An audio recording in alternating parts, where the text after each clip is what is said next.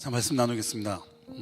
오늘 말씀은 잘못된 믿음들에 대해서 함께 나누려 합니다. 잘못된 믿음들. 제가 그 묵상을 올려드렸는데 혹시 묵상을 좀 많이 보셨나요? 네. 혹시 여러분들이 겪고 있는 혹시 잘못된 믿음들, 내가 그 경험을 했던 그런 기억들이 혹시 있으신가요? 오늘 말씀 본문이 창세기 22장 2절입니다. 혹시 띄워줄 수 있나요? 시편 말씀부터 됐군요. 창세기 22장 2절 말씀을 읽어드릴게요. 내 사랑하는 독자 이삭을 데리고 내게 일러준 한 산 거기서 그를 번제로 드리라. 오늘 말씀의 제목이 잘못된 믿음들입니다라고 말씀드렸죠. 근데 이게 영어 제목으로는 최고의 등반이란 뜻이 있어요. 근데 이 두 제목이 오늘 묵상에 다 나와 있습니다. 우리가 먼저 읽어드린 아브라함이 이삭을 데리고 모리아산 올라가는 그 상황을 최고의 등반이라고 말하고 있고요. 그리고 이제 오늘 묵상의 중간에 보게 되면 우리가 정말로 신앙생활을 하면서 얼마나 잘못 알고 있는 믿음들이 있는가, 그런 부분들을 또 다시 한번 말씀하고 있습니다. 젠보스 목사님은 사람의 성품은 그 사람이 하나님의 뜻을 어떻게 해석하는가를 결정합니다 라고 말하면서 시편 18편 25절에서 26절을 인용하시는데요, 우리 함께 읽어보면 좋을 것 같습니다. 시작. 자비로운 자에게는 주의 자비로우심을 나타내시며 완전한 자에게는 주의 완전하심을 보이시며 깨끗한 자에게는 사악한 자에게는 주의 거스름을 보이시리니. 이 말씀을 우리 현대인의 성경으로 다시 한번 보면 더 이해가 잘 될 것 같아요. 우리 다시 한번 읽어보겠습니다. 시작. 여호와여, 주는 자비로운 자에게 주의 자비를, 흠없는 자에게 주의 완전하심을, 깨끗한 자에게 주의 깨끗하심을, 악한 자에게 주의 분노를 보이시는 분이십니다. 조금 더 와닿죠. 이 말씀은 하나님의 공의와 성품을 드러냅니다. 하나님은 단순히 사람의 외적인 행위가 아니라 마음의 태도를 보시고 그에 맞는 모습으로 자신을 나타내십니다. 지금 여러분이 어떤 상태인가에 따라 하나님의 성품이 느껴진다는 것이죠. 조금 더 나아가서 이 말씀은 단순히 내가 생각한 대로 하나님도 하신다라는 보복적인 정의가 아니라 관계를 말하고 있는 거예요. 자비로운 사람은 하나님의 자비를 체험할 준비가 되어 있는 사람이지만, 반대로 악한 자는 하나님의 사랑도 왜곡되게 받아들인다는 것이죠. 다시 말해, 여러분은 어떤 마음으로 지금 하나님을 대하고 있는가를 묻고 있는 거예요. 하나님을 신뢰하는 모습으로 살아갈 것인지, 아니면 내 방식대로 살아갈 것인지 말이죠.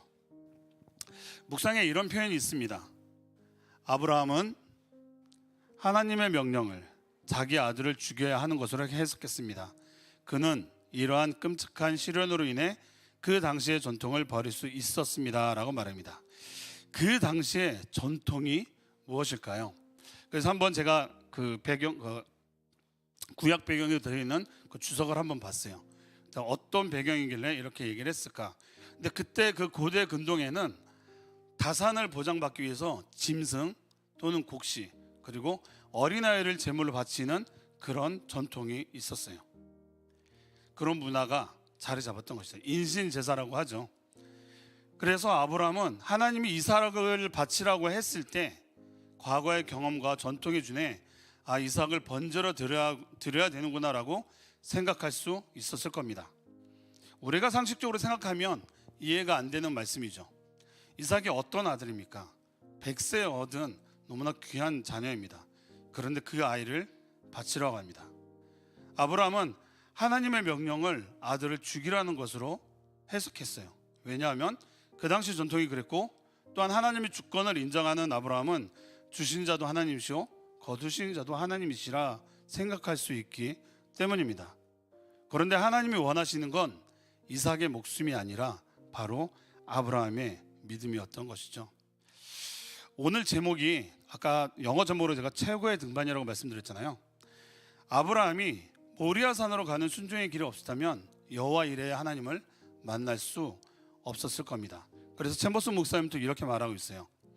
우리가 진정한 믿음에 따라 하나님께서 말씀하시는 것을 순종하면 하나님께서는 주님을 오해하게 만드는 전통으로부터 우리를 끄집어낼 것입니다 라고 말씀하십니다.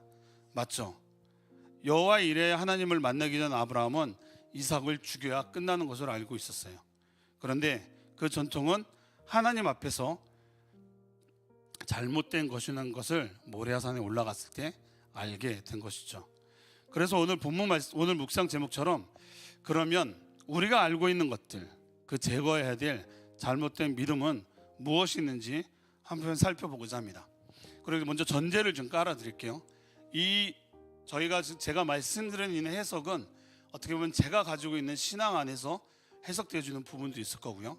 그리고 제가 배워온 어떤 신앙의 그 흐름에 대해서 말씀을 드릴 수 있어요. 왜 이 말씀을 드리냐면 우리가 그 신앙생활을 하다 보면 교단이 다 있죠. 근데 그 교단이 다 틀린 교단들이 많아요. 고신이라는 교단도 있고 침례라는 교단도 있고 순복음이라는 또 교단이 있고 뭐 저희처럼 백석이라는 교단도 있고 그다음에 장로의 신학을 추구하는 그런 교단들이 있어요. 그러다 보니까 그 교단마다 갖고 있는 특성이 좀 달라요. 그래서 그게 어떻게 보면 잘못 오해하면 이 사람이 갖고 있는 신앙이 잘못된 것인가 라는 생각을 할 수 있다는 거죠. 예를 들어서 고신 측 예배를 혹시 고신 예배를 들어보신 적 있으신가요? 그 고신 교단의 그 예배를 드리면 완전 정적이에요. 쫙 처음부터 끝까지 거룩이에요. 박수 절대 못 칩니다. 그리고 기도할 때 통성기도 절대 못 해요. 그냥 처음부터 끝까지 거룩이고 그들이 또 하는 찬양은 거의 오케스트라예요. 피아노, 드럼, 스틱으로 맞습니다. 정말로 그렇게 모든 것을 갖고 있어요. 근데 이렇게 조금만 건너서 순복으로 가면 어떻게 되죠? 할렐루야 난리 나죠. 방언을 안 해? 순복음교회 옆에 있는 개도 방언을 하는데 네가 방언을 못한다고 할 정도로 엄청나게 부르짖고 그래서 약간의 그 순복음에서 문제가 있었던 거는 말씀은 좀 약하다 뭐 이런 부분도 있었어요. 계속 기도만 하니까. 근데 장로교는 그런 것들 많은 것들을 허락하죠. 그런데 그 목사님이 어떤 목사님이냐에 따라 우리가 배우는 신앙이 굉장히 많이 달라진다는 거예요. 그러니까 제가 처음에 교회를 갔을 때는 그 교회는 무조건 삼각상에서 나무를 뽑아야 돼요. 무조건 다 부르짖고 뭐 새벽에 올라가든 저녁에 올라가든 그래야 돼요. 그런데 제가 이제 그 단점이 목사님 죄송합니다. 그 단점이 너무 같은 설교만 하시는 거예요. 그러다 보니 제가 그 설교를 너무 힘들어 해가지고 이제 교회를 옮겼어요. 근데 이 교회에 왔는데 기도를 하는데 통성 기도를 안 한 거예요. 너무 힘든 거예요. 또 뭔가 이렇게 부르짖어야 되는데 계속 그냥 속으로 수근수근 뭐 되니까 너무 힘든 거죠. 그러니까 이렇게 조금씩은 다르기 때문에 믿음에 대해서 말씀드릴 때 조금 오해가 있을 수도 있겠지만 우리가 중요한 것은 바라봐야 될 건 하나님을 바라봐야 되고 예수 그리스도의 중심을 맞춰서 들어주시면 좋을 것 같습니다. 오늘 묵상에 보게 되면 한 가지 예가 기록이 돼 있어요. 한번 보실까요? 어머니가 아들을 너무나 사랑하면 하나님께서 그 아들을 데려가신다는 믿음입니다. 이는 마귀의 거짓말이요 하나님의 참된 속성을 왜곡시키는 내용입니다 라고 말하고 있어요. 혹시 이 내용에 대해서 들어보신 적 있으신가요? 못 들어보셨나요? 저는 들어본 적이 있어요. 예전에 부흥회 때 부흥 강사님이 이런 얘기를 하신 적이 있어요. 자식들에게 목매지 말라고, 하나님이 데려간다고, 자식이 우상이 되면 안 된다고. 그게 맞는 말인가요? 아니죠. 우리가 이번 주에 새벽 예배 때 우선순위에 대해서 제가 말씀을 드릴 때 이런 말씀을 드린 적이 있어요. 하나님보다 앞서는 것에서 말할 때 가족들도 포함이 된다라고 말씀을 드렸어요. 자녀들을 너무 사랑해서 하나님보다 자녀를 더 생각하는 그런 잘못된 신앙을 말했던 거예요. 이게 왜 그러냐면 특히 시험철에 그런 게 굉장히 나타나요. 시험철이 되거나 고3이 되면 오히려 믿는 부모님들이 배제를 시켜요. 엄마 나 교회 갈래. 무슨 얘기야, 공부해야지. 이게 상황이 완전히 바뀌는 거예요. 그러니까 이 자녀들이 하나님 앞에 예배를 드리고 싶은데 오히려 예배를 드릴 수 없는 상황이 되는 거죠. 그러니까 이런 것들에 대해서 자녀 하니까 그런 부분에 대해서 얘기를 하고 있는 거예요. 그런데 이 부분은 하나님이 무엇이 우선인지를 깨닫게 하기 원하시는 것이지, 그렇게 뭐 자녀를 데려가서 그 자녀를 데려간다, 이런 것들은 정말로 잘못된 믿음이라는 거죠. 또 어떤 것이 있을까요? 한번 보실까요? 열심히 봉사하고 기도하면 사업에서 성공하고 돈 많이 벌고 출세하고 천국 가서 상급 받는다. 맞는 말일까요? 근데 많이 들어보셨죠? 열심히 하고 열심히 헌금하고 열심히 일하면 천국 가서 상급 받는다. 그러면 생활이 좀 어렵고 돈도 못 벌고 하면 천국 가서 개털모자 쓰고 초가집에서 지내나요? 아니죠.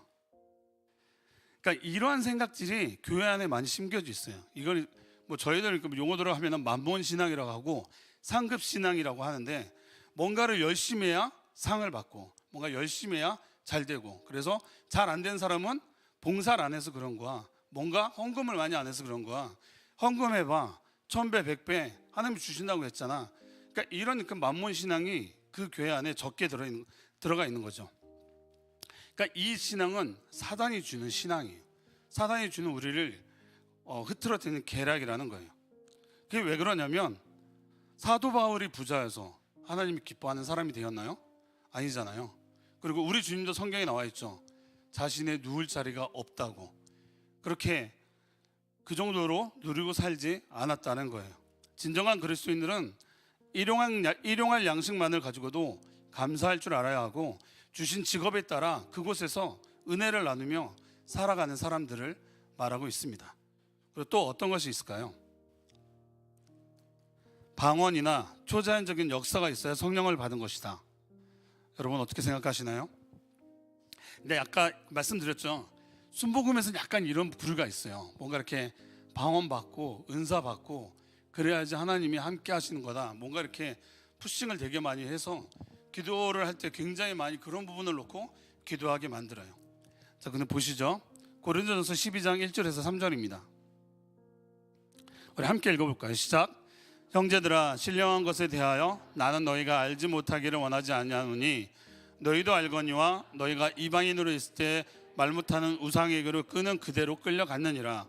그러므로 내가 너희에게 알리노니 하나님의 영으로 말하는 자는 누구든지 예수를 저주할 자라 하지 아니하고 또 성령으로 아니하고는 누구든지 예수를 주시라 할 수 없느니라. 아멘. 이 말씀의 핵심은, 진정한 성령의 역사의 기준은 예수님을 아는 것이라고 말하고 있어요.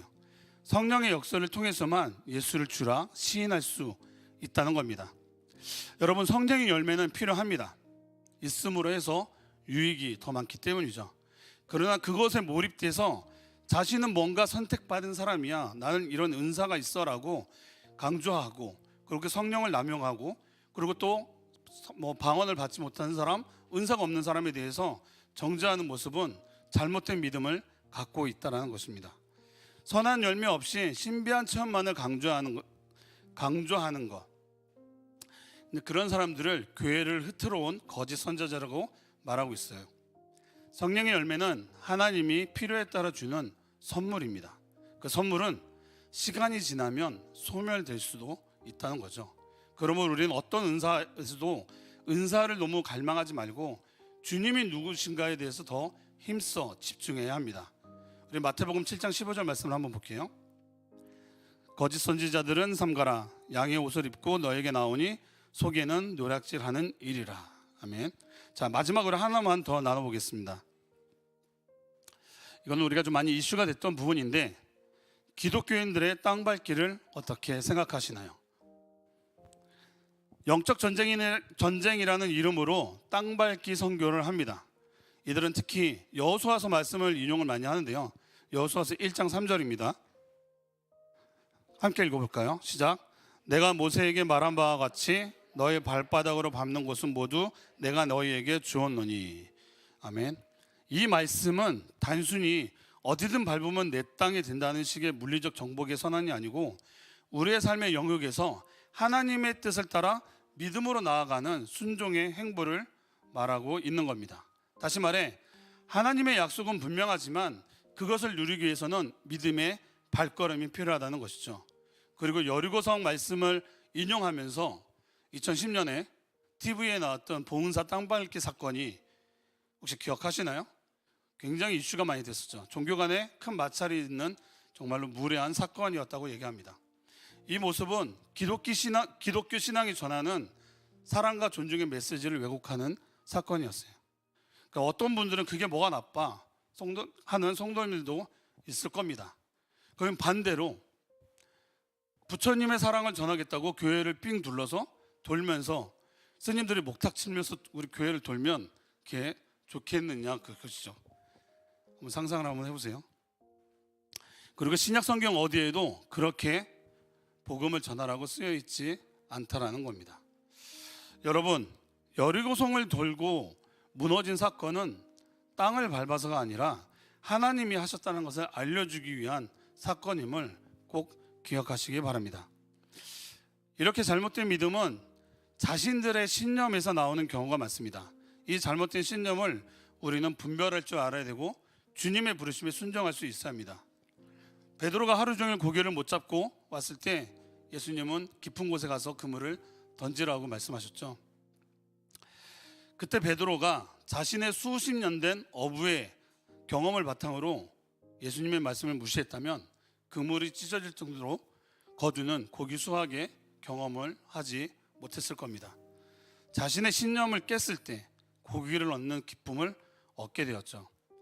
베드로는 주님의 말씀에 귀 기울였고 자신의 신념을 깨고 순종했다라는 겁니다. 그래서 오늘 묵상에 또 이런 표현이 있습니다. 아브라함이 하나님께 가졌던 믿음의 강점은 하나님을 위해 뭐든지 할 준비가 되어 있었다는 겁니다. 그는 자신이 믿는 바와 반대가 되더라도 하나님께 순종하는 것이라면 밀고 나갔습니다. 아브라함은 자기 신념을 위한 헌신자가 아니었습니다 라고 말합니다. 그리고 또 자기 신념의 종이었다면 그는 이삭을 죽이지 말라는 천사의 음성을 마귀의 음성으로 알았을 겁니다 라고 말합니다. 이 말씀은 좀 두 분류로 분리해서 볼 수 있습니다. 자신의 믿음과 반대되더라도 순종하는 모습, 또한 자기 신념에 쌓여 천사의 음성조차 마귀의 음성으로 간주하고 이를 행하는 사람들입니다. 첫 번째 유형은 관계가 중요합니다. 아브라함의 믿음의 강점은 하나님을 위해 뭐든지 할 수 있는 준비가 되어 있었다는 겁니다. 사람의 일도 마찬가지죠. 그 사람과의 관계가 형성되어 있지 않으면 그 사람의 말에 동의하지 않는다는 것이죠.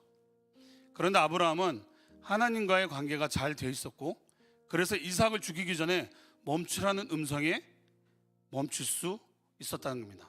반응할 수 있었다는 것이죠. 하지만 자기 신념에 갇혀있는 사람은 사람의 말을 안 듣죠. 자신이 판단하기 맞다라고 생각하고 그냥 무시하고 행동합니다. 만약 아브라함이 자기 신념에 쌓여있는 사람이어서 이삭을 죽이지 말라는 음성을 하나님이 바치라고 했으니까 이건 마귀의 소리야 하고 무시했다면 이삭은 죽은 사람이 되어 있었겠죠. 예전에 TV에서 가끔씩 소개되는 이단 집단을 보게 되면 맹신합니다. 하나님 말에 맹신하는 게 아니고 그 종교인 말에 맹신해서 가족도 죽음으로 몰아넣는 뉴스를 봅니다. 자기의 신념, 잘못된 믿음, 그 믿음으로 사는 사람들을 광신자의 모습이라 할 수 있습니다. 그래서 우리가 분별함이 필요한 것은 마귀는 집요하게 우리를 하나님이 준비해 놓으신 여호와 이레의 하나님을 만나지 못하도록 끊임없이 방해할 것입니다. 오늘 은혜를 경험했다고 혹시 나눔을 하셨나요? 우리가 스크루테이프에서 본 것처럼 그럼 마귀 진영에는 난리가 난 것이에요. 사이렌이 울리고 비상이 걸립니다. 왜냐하면 환자라고 표현을 하죠. 환자가 은혜를 입었으니 어떻게 하겠습니까? 그 은혜를 빼앗아야죠. 그래서 계속해서 참소합니다. 진짜 은혜 받은 거 맞아? 그래서 변한 게 뭔데?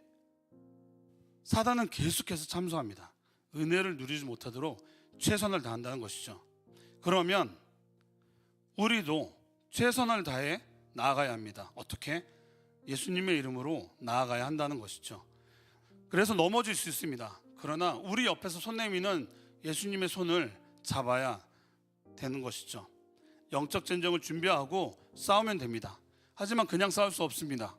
말씀과 기도로 무장하고 나아가야죠. 묵상 표현에 또 이런 부분이 있습니다. 여러분이 하나님께 진실되면 하나님께서는 곧바로 당신을 이끌어서 모든 역경을 지나게 하시고 주를 더 깊게 알 수 있는 내빈실로 인도할 것입니다 라고 말합니다. 여기서 내빈실 대신에 다른 단어를 쓴다면 지성소라는 단어를 쓸 수 있습니다. 모든 역경을 지나게 하고 하나님이 있는 그곳으로 인도한다는 겁니다. 하나님을 만나고 싶습니까?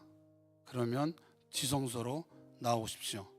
교회로 오셔도 좋고 여러분 마음 안에 있는 성전 그곳으로 오셔서 성령의 인도하심을 받으십시오. 우리 주님은 여러분과 관계하시기를 기뻐하십니다. 마지막으로 챔버스 목사님은 이렇게 말합니다.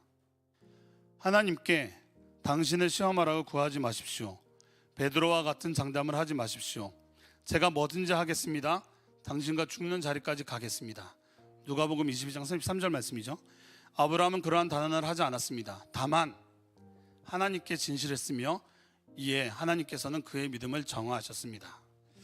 여러분, 하나님께 당신을 시험하라고 구하지 말라 합니다. 그리고 누가복음 22장 33절 베드로의 말씀을 하십니다. 누가복음 22장 33절 한번 같이 읽어볼까요? 시작.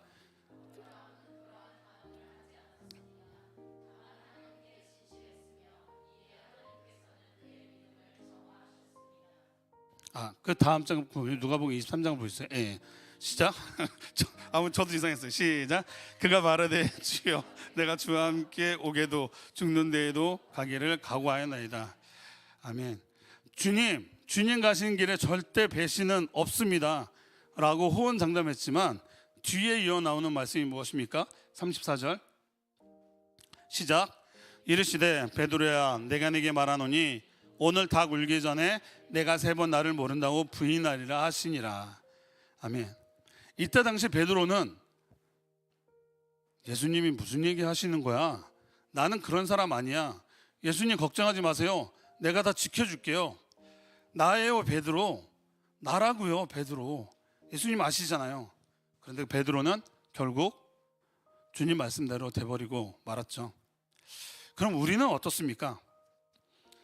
주의를 꼭 지켜야 돼. 주의를 빠지면 되나 하고 신앙생활을 하지만 우리에게 어떤 일이 생기면 그 일이 특히 주일에 있으면 먼저 무슨 생각을 하시나요? 주일이니까 안 돼. 시간을 옮겨보자 하고 노력하시나요? 너무나 당연하게 할 수 없지 뭐 매주 빠지는 것도 아닌데 하고 너무 쉽게 주일을 포기하지는 않으시는가요? 그럴 수 있습니다. 어쩔 수 없는 상황이기에 빠질 수 있습니다. 그렇다고 징계하시는 주님은 아니시니까요. 그런데 그 시간 주의를 지키기 위해 최선의 노력을 해보시느냐는 것이죠. 이 정도는 괜찮아. 우리 주님은 다 용서하셔. 이해하실 거야 라는 영적 방종, 잘못된 믿음을 나의 신념으로 갖고 있지는 않느냐는 것이죠. 예전에 제가 청년 때 청년부에 전도사님이 한 분이 오셨습니다.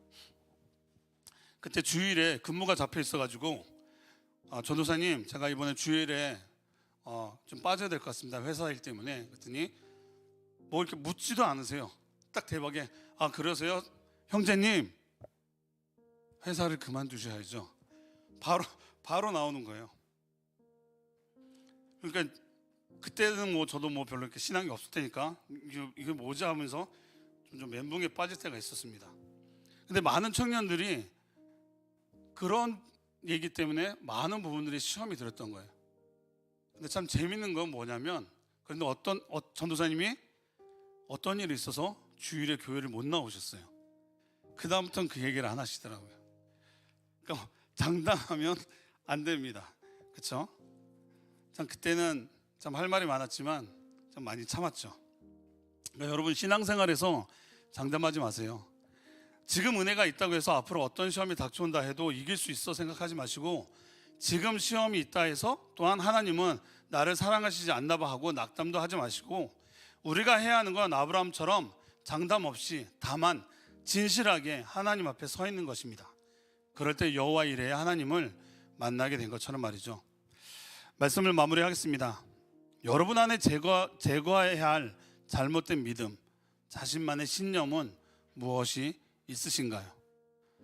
여러분, 마귀는 우리의 생각이 하나님에 대한 왜곡의 이미지를 심으려 합니다. 그 바탕이 나의 신념이 될 수 있다는 겁니다. 진짜 믿음의 시작은 자신의 신념을 버리는 것부터 시작입니다. 자기 확신보다 내 상식으로 이해하지 못하는 명령이라도 순종하는 모습이 필요합니다. 그래서 분별함이 필요하죠. 하나님을 알아야죠. 하나님의 성품과 그 속성을 알아야 합니다. 말씀과 기도를 통해 성령의 인도하심에 순종을 통해 하나님을 알아가야 합니다. 하나님과 연합되어질 때 하나님의 뜻을 구하는 자녀가 된다는 겁니다. 최고의 등반 아브라함은 3일을 걸어갔습니다. 그리고 산에 올랐습니다. 얼마나 많은 생각이 들었을까요? 사람이 시간이 지나면 믿었던 신념도 흩어지게 됩니다. 얼마나 마귀가 아브라함의 마음을 계속 흔들면서 참수했을까? 네가 하는 게 맞아? 지금 가는 길이 맞아? 어떻게 자식을 죽이래? 그게 하나님이야? 얼마나 많은 유혹과 그런 얘기를 했을까요? 여러분도 많이 경험하시죠? 작심삼일 뭔가 이렇게 딱 정해놓으면 중간중간에 흔들리는 것처럼 그 3일의 그 시간을 우리가 생각을 해보면 엄청난 여정이 됐을 겁니다. 그게 어디를 가는 건데? 자신의 자식을 죽이러 가는 길이잖아요. 그런데 아브라함은 끝까지 승리했고 모리아산에 올라갔고 거기서 하나님이 준비하신 재물을 보고 하나님이 원하시는 건 이삭이 아니라 나의 믿음이었구나라는 것을 여호와 이레의 하나님을 알게 되었다는 겁니다. 사랑하는 성도 여러분, 하나님은 여러분을 더 깊은 자리로 초대하고 있습니다. 이제는 우리가 그 용기를 내어 그곳으로 나아가야 합니다. 그것이 오늘 우리에게 필요한 믿음입니다. 아멘.